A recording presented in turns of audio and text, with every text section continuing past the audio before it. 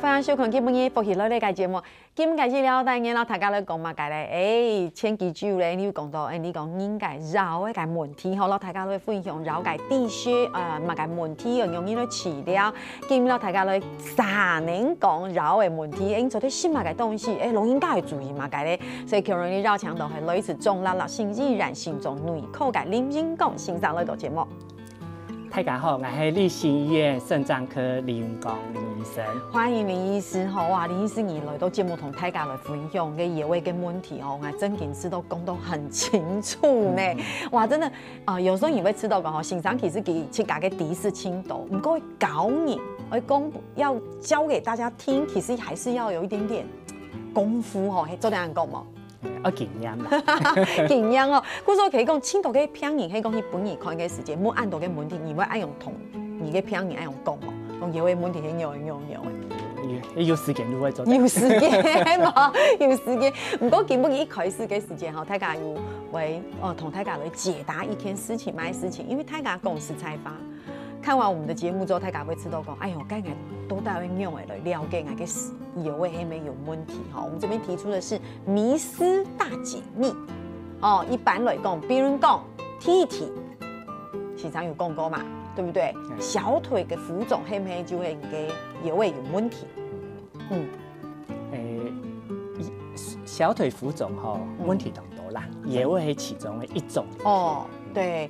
然後時常係咪有講到，那個浮腫是持續的，係持續嘅。好，佢黏下去吼，唔會彈起來，樹裡可以給它一扎凹一個洞，像粘土像粘土一樣黏來咯。佢種係如果很多水腫，佢有種水腫都當到原因也會啦，也某一天係野味，某一天係野味哈。古時候其實就是同大家來講。野味嘅問題有可能會水腫，可是唔係水腫就聽做係野味嘅問題。對，好，哇，這個聽我真的要特別講，公司採訪有青島嘅你會，佢講佢會有骨痛，有骨痛嘅時節，大家就會知道講，哎呀，可能你做家事啊，又係變數啊，一樣嘅。唔過有些人講，你有腰酸背痛要注意哦，有可能係野味有問題。野味哈嘅。他之前有講過吼，野味其實肚腔冇神經，野味唔到胃痛，因為當然野味有偏也唔啲出嚟有問題，當喺邊嘅野味痛吼，其實係個骨頭痛、神經痛，嘅喺邊種嘅尿道樣嘅，係真正野味問題，可能90%腰痛都唔係野味問題。90%係講腰痛，唔係腰嘅問題，睇嚟較安心嗬。唔過係有10嘅機會可能係腰嘅問題，唔過係可以注意咗嘛。哦，錯，還有這個第3個要請醫生好好來解釋一下了。腎虧哈，中醫嘅腎虧同西醫嘅野味冇同樣，中醫嘅野味同西醫嘅野味冇同樣。中醫嘅野味哈，佢係叫嘅性功能泌尿生殖系統。佢係中醫嘅觀點，係西醫嘅野味都單純一個野味聽聽。野味有它有個排水排脫有一些荷爾蒙嘅功能。嘅邊個腎虧，腎虧喺西醫嘅表示係咩意思呢？就係西醫冇腎虧，古種嘅中醫嘅講法係嘛？西醫很多性功能不好跟同腎冇關係，唔看，所以根本嘅迷思大解密就會很容易，因為一般人大家就會知道個，哎呦，係唔係有直接關係，所以唔係嘛，對唔對？所以大家講這個很重要哈。再來吃腎。可以補腎，食油誒就得補油誒。都同嘅生腦補腦，同樣有效冇？食唔嘅木足就得補木足，嗰有效冇？冇效，冇效。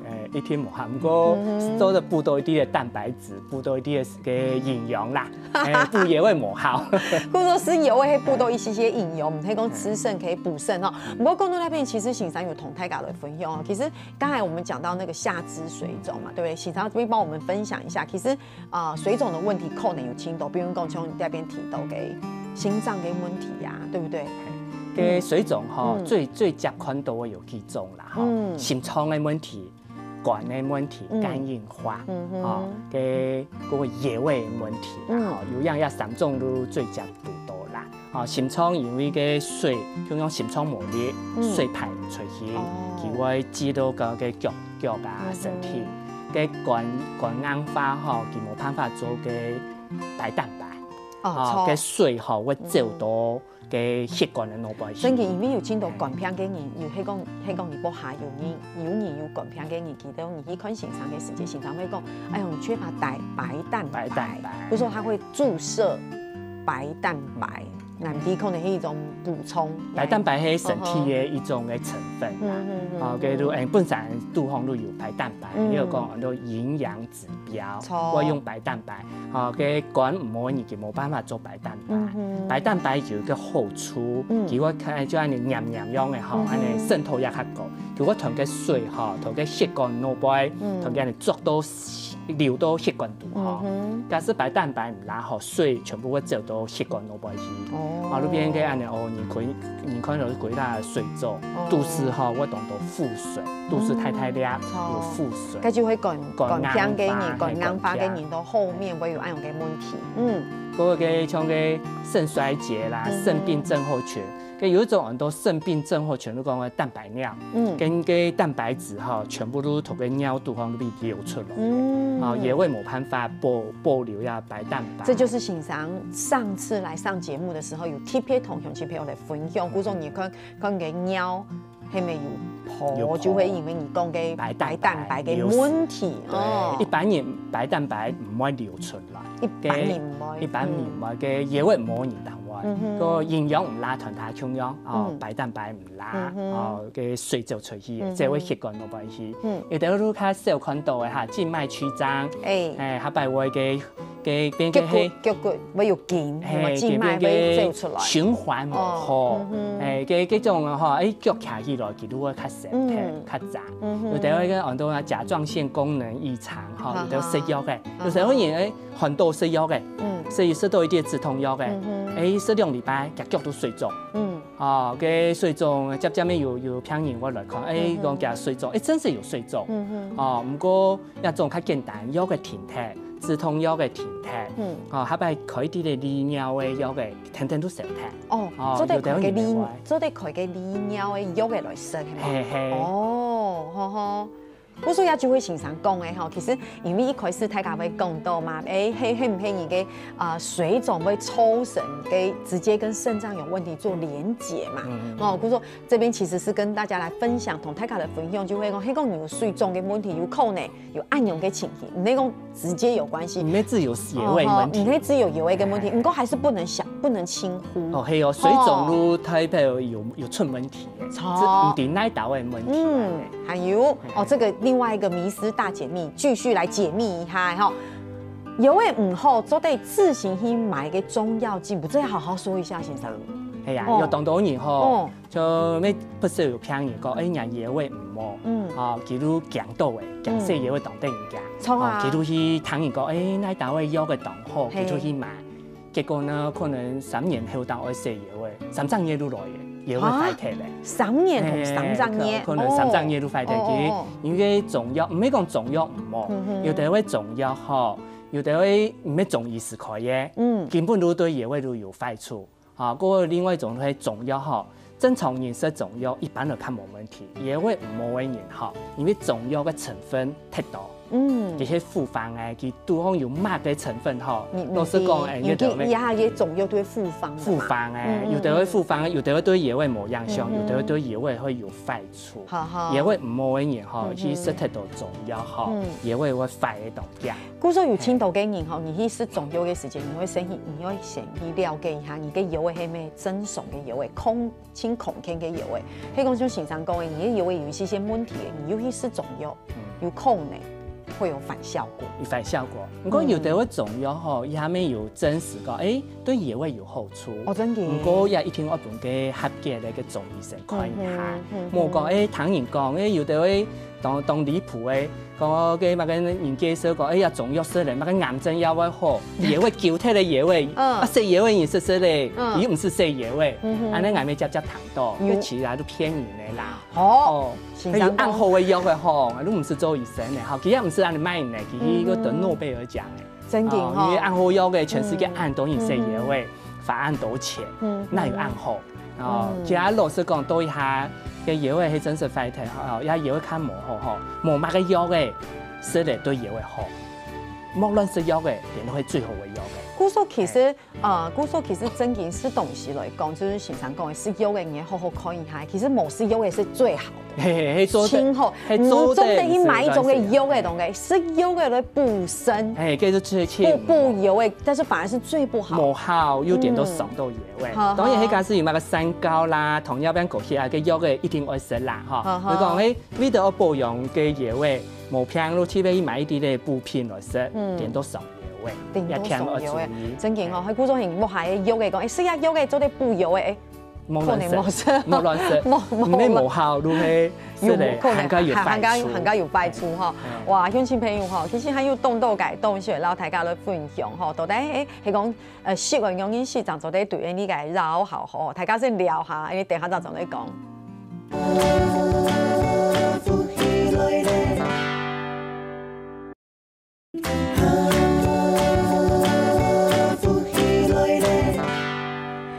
請到林先生來到節目地度，同大家來分享有一個問題哈。其實我們講青島，一開始上場節目我們講到中藥進補，先生講嘅係乜嘅咧？係講有藥嘅、食藥嘅、補藥嘅，嘅藥嘅係冇食較好，因為冇藥嘅補藥嘅，還有係講有可能冇補到，還有唔好嘅結果哦。對，尤其是先生講中藥什麼有個成分，有一種馬兜鈴酸。一下嘅做唔得買嘢啦，哈！以前是馬兜鈴酸都得快哦。那最早係嘅比利時哈，有人用嘅中藥減肥，結果拿唔錯藥嘅，拿到含有馬兜鈴酸嘅成分，結果有193年，193年，哈，食到也有馬兜鈴酸嘅減肥藥，結果全部野味敗退，有2/3人全部食野味。啊，係為咗慢慢的全世界人都頭去調查啊，原來係馬兜鈴酸對野味，對，包括一下研究嘅像長江裡面有報啊，講嘅肝癌嘅病人，結果佢看到馬兜鈴酸嘅影子頭嘅到位，哦，馬兜鈴酸哈不止講嘅多野味會唔好，連都當到癌症，哦，跟乜嘅泌尿道嘅癌症啦、肝癌啊都有關係。哦，因為唔係講嘅中藥唔好，係中藥嗬，係自家亂去，喺一隻樹頭當嗬，自家去熬湯嗬，結果假使係有馬兜鈴酸嗬，食嚟係當危險嘅一件事。哇，古說真言哦，師兄先生講嘅，你哋都會看到的、聽到的糖豆嘅偏方。我覺得要確認，師兄先生講嘅馬兜鈴酸有個成分，你一食落去，食下去對野味有很致命的影響，所以這樣講。跟佢講，你自家去先生講嘅嘛，你拿錢到薯條啊買藥嘅來熬藥，你也唔知係咪真嘅有效。佢講滴都有按用嘅成分係唔滴嘅，可能就更加危險嘛，嗬。不過講到鴉片，大家就會問啊，哇，先生你來到鴉片，也做唔得食，嘅做唔得食，藥嘅做唔得食，食嘢又唔好。佢講係很多看片，又要請謹慎同醫生討論，該問維他命係做得什麼？維他命正常都是食啦，嚇，佢冇問題。嚇，佢野味冇人嚇，特別嘅都後背，我可能愛食野味嚇，綜合維他命嚇，可能做唔得食太多。因可能本来1日食1粒的，综合维他命可能3日食1粒，1礼拜食1粒都好。主要迄个杜洪的成分维他命 A 啦，维他命 A 吼，迄摄取到叫我中毒。也会唔可以给排泄代谢会很慢。我说呀，大前提是建立在你迄个药会有一些问题给你，迄个你係清空天给你，當然嘅冇問題。如果你嘅藥係講有一些問題嘅時間，你想講還是維他命來補充清度嘅需要的時候，就會注意哦。我注意，綜合維他命冇攝取到，不過種水溶性嘅維他命 B 群啦、葉酸啦，一類嘅吼。其實佢都係保護血管，也我會鼓勵到食咯，我就包括嘅食野味嘢，我哋會免費我本期食嘅維他命 B 群，或是葉酸，叫我代謝，我同佢我讓嘅血管硬化嘅幾率好較大，較唔會血管硬化啦。見到水溶性嘅種維他命 B 群做得食，葉酸做得食，綜合維他命。少食，冇食按哇，所以真件去注意吼，希望就大家就知道，佢就補充營養咩？就食嘅，故作真件去注意吼。唔過講到食有進度，前一步嘅有一個新聞，有講到而家後生年嘅腸胃有問題。唔過聽講佢係食，結果佢係高場係食青島嘅破嘅雞排，係咪有按樣嘅新聞？雞排哈，因為佢媽媽都同夜市買雞排，雞排叫無限啊。佢都當年都食雞排做上傳啦，雞排吼油又多，又高蛋白，又鹹，結果一隻細妹食過4天天來，一般人食雞排吼唔到嗰樣嘅啦，如果較皮較油天天啦吼，唔過佢也細妹食過4期嘢會唔好，結果佢都要。可能本身嘅藥味本身都嘢會唔好出問題嘅，佢又唔掂，佢質感唔掂，又食太鹹，又食太油，又食高蛋白。因為野味唔好然後冇攝太多蛋白質，佢又食高蛋白，結果一食落去，結果都食過些都野味都快啲，佢是食野味，有一點要注意。故說真見而看，佢質感唔啲質感嘅問題，冇想到佢食雞排、破雞排。唔過唔係講大家總唔得食哦，意思先生意思講，因為佢係高油嘛，對唔對？高油、高蛋白、又鹹、又鹹、又鹹，按樣嘅問題影響的。而且先生講，其實跟肥胖也有關係，錯冇？比如有聽到人講，像每次去做嘅健康檢查、檢查嘅時間，佢會量一下人嘅以後嘅體態。你也是同油味嘅空氣有關係，係冇？佢越來越多人注意很多代謝症候群那個富維胎啦，都是嘅那個蘋果型嘅，中廣型嘅蘋果型嘅都是太啲嘅，嘅富維哈，細奶嘅超過90公分，細妹嘅超過80公分，也都代謝症候群嘅其中一種，包括三高，糖尿病、高血壓、高血脂，也加起來嘅越多樣嘅代謝症候群就越嚴重，就越確定。代謝症候群係而係這個野味功能唔好嘅動態嘅原因之一。真嘅古種你看做人真辛苦因為食到清空氣，因為水到清口啊，又野味又做唔得，又唔到太皮，又做唔得鐵皮。唔過講實在話，有青島嘅細奶人哋中壯年過後，真係看佢嘅四肢係超超，唔過佢嘅肚子就太大。有青島嘅種唔好，幾種唔好，幾種似唔好嘅很多嘅中廣型嘅蘋果型嘅，不過都是真見青苔呢，佢一冇做乜事情就都是青苔啊，容易，幾種都油錯冇，幾種油唔好，幾種嘅油唔好，很多那個胃嘅很多話胰島素阻抗，一種咧中廣型嘅哈代謝症候群，胰島素阻抗會較強，會較高。胰島素阻抗高較會糖尿病，糖尿病表示代謝會出問題。就吃到清有意思，平常時哪邊沒有胖，因為冇脾氣了，嘅行到嘅路況嘅時節嘅都市安胎哦。真嘅冇按樣。要注意，要注意要注意。富維動重要，富維動重要。唔講係上看啊，個細奶人係講人嘅都市安胎，你抽對雞片，人家冇舒服吧，冇鬆鬆吧，安胎抽等一隻都市青苔要注意。唔過像先生講嘅，也係疲勞有一個問題回到我們這邊的迷思第6點講到泌尿道嘅反覆嘅感染，可能會造成慢性嘅腎臟病。哦，个野味吼洗洗以后吼，都差不多都固定嘞，哦，上个差不多诶，下摆个泌尿道感染有治疗后吼，其实野味唔会反弹，不过有一种情形，可能野味会出问题，会化脓，可能个野味肚方有一个脓包，哦，有的会喺冇治疗后，因为个泌尿道感染后冇清呼啦，改食药嘅，爱食药嘅哈，佢都后背喺家是边那个肾脏化脓。有的会看严重的吼，佢这个肾脏要拿掉，哦，佢冇拿掉嘅点都佢唔会好，一点都会当重要。一般来讲，泌尿道感染最后唔冇啦，吼，最后冇必反复泌尿道感染都10岁。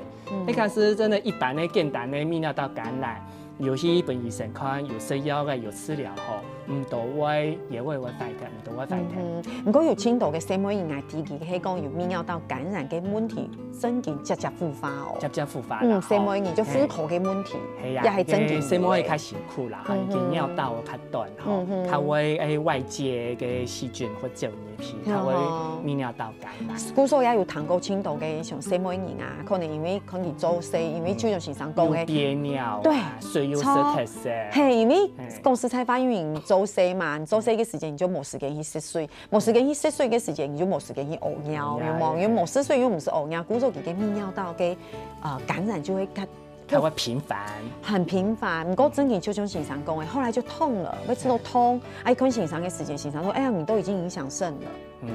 嘅急性期嘅發炎啦，哦，嘅有時抗生素食咧，也係帶煙，抗生素煮嘅叫我好，好嘅都完全好嘅，唔是這樣。不過還一激發啦，我都10歲啦，冇憋尿啦，要清腸藥。真嘅，我先生同大家嚟分享，就是都10歲吼，還有上一擺嘅節目有講到，一年屙尿嘅1.5公升咯，吼，大家要注意下嘅，吼，注意留意下嘅，吼。最後一題同大家來講一下，就係一旦食藥嘅，你就一輩子都食藥嘅，係安樣冇？看埋個情形啦，像頭先講糖尿病好嘅，糖尿病係最多人因為糖尿病食藥嘅，因為佢糖尿病慢慢地變差，可能30年後藥會都萎縮舊起來變細粒嘅，可能要到位吼食藥會吼。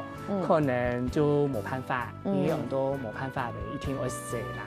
有的人可能佢係糖尿病，佢第3期聽，佢也會其實冇辦法，都中度嘅腎衰竭聽。中度嘅，結果呢，佢因為一到感染敗血症，也係食止痛藥嘅，也變急性期，一下也會都反彈。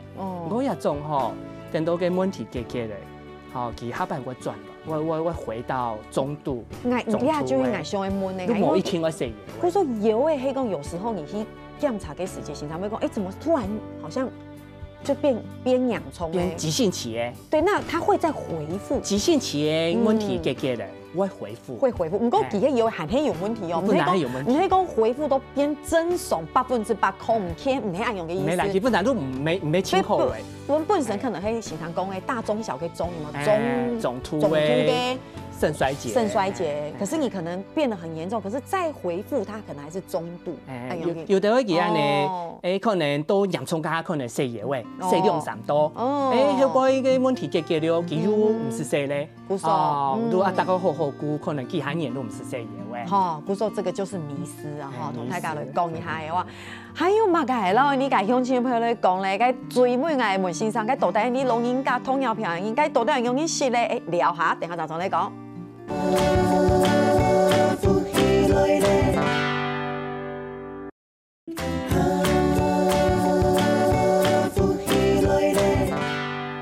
今朝早到林主任林先生來到節目地度，同大家來講藥嘅吼，食東西真嘅輕鬆藥吼。我們講了很多迷思，我也講係進步要注意嘅問題。佢講一個故事好嘅，好，也係真實嘅故事哈。一個食藥嘅病人哈，佢都嘅團體都會佢都一些進步，十全大補湯。食完咯，食幾下碗，食完咧佢又食減味，個2粒做嘅，食完結果都往下去急救，佢是 CPR，佢是都急救，佢會送到醫院，一看鉀離子提高。哦，为什么呢？因为什么？因为个进补汤、中药进补吼，当到个食材吼，全部都钾离子当高。错。各位镁妹，钾离子没水果啦，镁妹啊。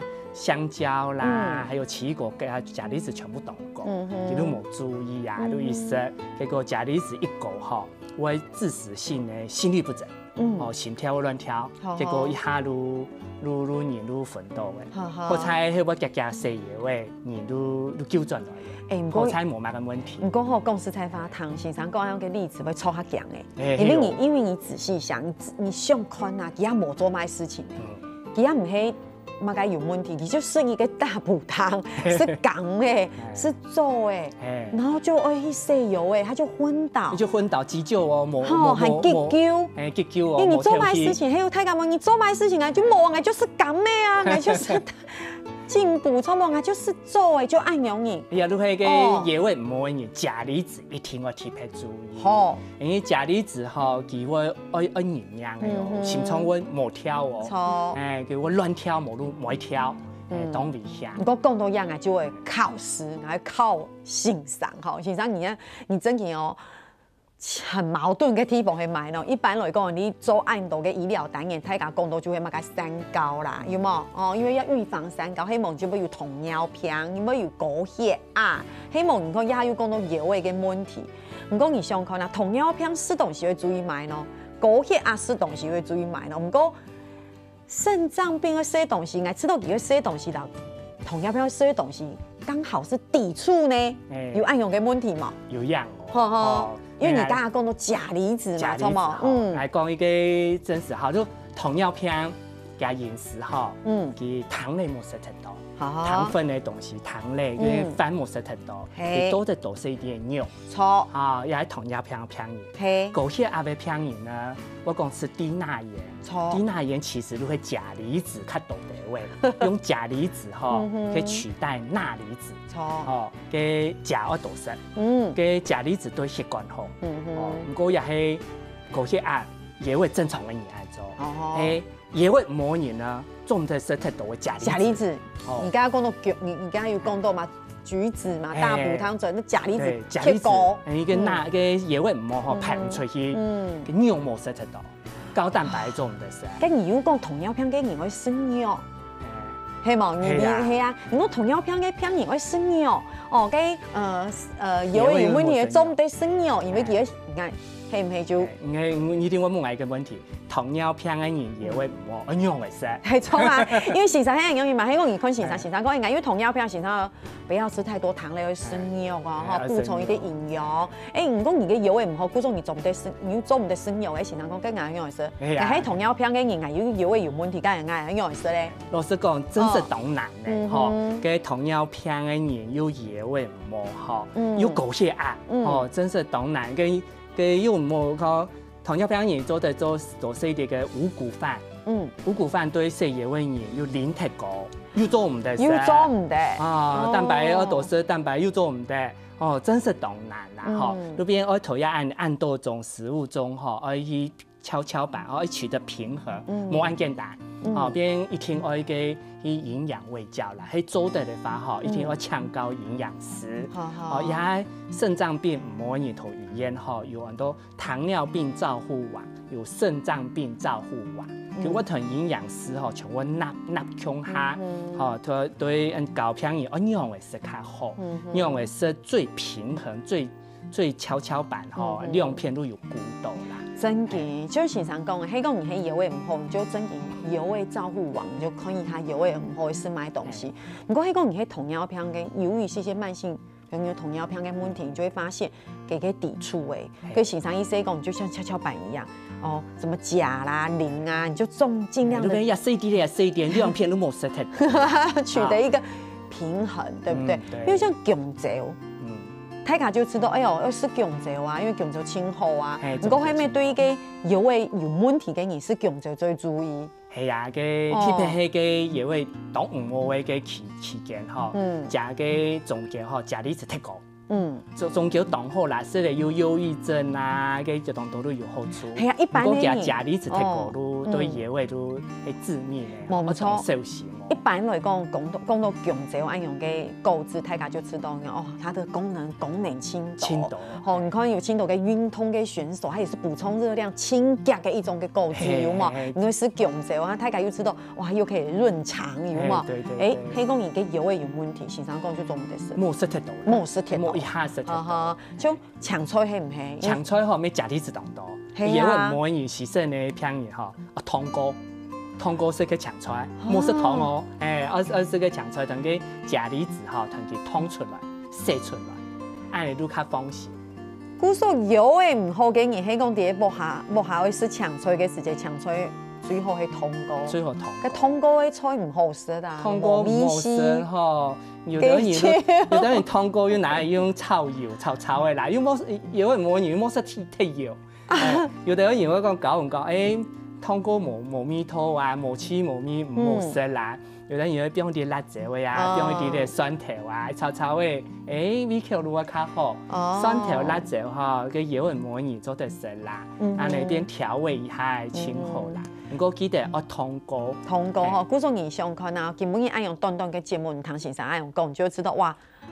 有一些難吼，所以唔係應該按用糖啊就冇嘅吼，你做筆記可能都會來不及按用嘅感覺。不過其實傳遞嘅係乜嘅一種觀念，一種嘅知識，吼有按用嘅觀念，按用嘅知識，意思係乜呢？係講你真係有冇下有老人家有按用嘅慢性嘅病，是像先生講嘅，你要請一個營養師同你規劃，吼係講你有同時有糖尿病，又同時有藥嘅唔好，又同時有高血壓。咁你就真嘅我喊他注意哦，因為按用嘅吃東西是輕麻煩哦。好就因為從愛放風嘅時節，有先頭講到痛風嘅人，痛風嘅人做唔得食藥，又做唔得食藥。不過佢有另外一種嘅慢性疾病，又會食藥，又會食藥，有就矛盾了。對，他在嘅書上寫，你也寫一啲咧。問營養師哈，給我統合，有人調查過，有做過營養衛教嘅評研哈，佢對嘅食野味時間哈，都食野味時間佢較長，冇按價我都食野味。係啲延緩野味變差，一定要輕重要。所以古時候基本上同大家來講嘅就係講，基本唔係同大家講，你嘅野味係用嘅組織用嘅嘛，基本同大家講你用嘅食，你食東西唔係我們按用簡單講起來，因為這樣子太武斷了。就你同營養師同你規劃，其實可能你本來3年過後就會食藥嘅，可能可以延緩你食藥嘅時間。可能慢慢地照顧10年都唔是食藥嘅，沒有哦。太棒了，按用糖藥就輕反應，因為食藥嘅真嘅係輕麻煩。不過講到鴉片，其實像老人家一般來講，你會講老人家會補充蛋白質。對，老人家吼，伊當到老人家係食唔落吼，其實高蛋白吼，高蛋白吼都補充係對啦。我講野味唔可以限做得食高蛋白冇。冇，你只係嗌嘅問題。佢嚟講是冇食太多啦，唔過又做唔得完全冇食嚇。唔過當中野味一點，都話老人家都好擺好冇肉。因為佢就清瘦嘛，清瘦，大家會知道沒有肌肉，冇肌肉，冇肌肉哈。因為佢食得唔拉，佢熱量唔拉。有的人哈，因為佢熱量唔拉，身體又因要按到熱量來維持。佢係你又冇必食一啲嘅糖分，一啲嘅像冇飯又食唔拉哈。佢如果要嘅代謝嘅蛋白質嘅肉哈，會被拿來做炒案嘅小體。老人家哈，佢擺哈。迄食唔落吼，咩我記得要多食一啲嘅，補一啲嘅糖，嘅邊要有熱量，講是膨糖咩好啊，食蛋糕咩好啊，蜂蜜蛋糕啊，吼，佢擺佢食唔落，如果你食一啲咧，吼，當然係野味冇嘅嘢，野味正常嘅嘢多食啲嘅，多食啲肉，高蛋白清好，野味冇嘅嘢吼，嘅。做得食，莫食按多。不過嘅糖分我可以多食啲咧。你一天要有熱量來拉，一年要有1000卡、1200大卡嘅熱量一千來拉。不過老人家係講自己，係講先生講嘅老人家，佢本身有食藥嘅有嘅問題。喺食藥嘅吼，都唔是少咧，肉多食，大魚大肉，乜嘅都做得食。係，哎呀講肉莫食按多，係嘅。改食野味，又还蛮食野味，野味唔好然后冇食太多蛋白质啦，迄点都食野味以后吼冇关咧，就冇关清凉的食，清凉的肉都食，反正不去食野味。不过同样要注意钾离子啦，钾离子都同样冇三度，跟牛都要多食了。我说根本你欣赏本大家一个很好的观念哈，就会讲你要注意你的身，你的油味有问题的，不过你还没有。还忙到食油的之前一段距离，你一段时间，你真正要好好来了解按样嘅味教，用的食，因为按样做青苔嘅蹦出，迄讲你已经诊断过后确定爱食油的，那个是另外，可是食油的那是另外一件事情，另外一件事情。我营养我格格补充的，我多食，错，多食营养的补充来。营养我多食啲咧。比如说基本你同大家来讲的就迄个，你可能有一些问题的哦，慢性的问题哦，慢慢的我大家用人来做吼，用人来食，按用人做的。就是减缓哦，甚至保养，按可以用的保养，莫按家食野味清好。嘿，真劲哦！哈，非常感谢先生来到节目底录，让大家分享按从了解观念、解知识吼，是莫先生。哇，乡亲朋友，3年下来除了做营养饮食之外，先来做运动。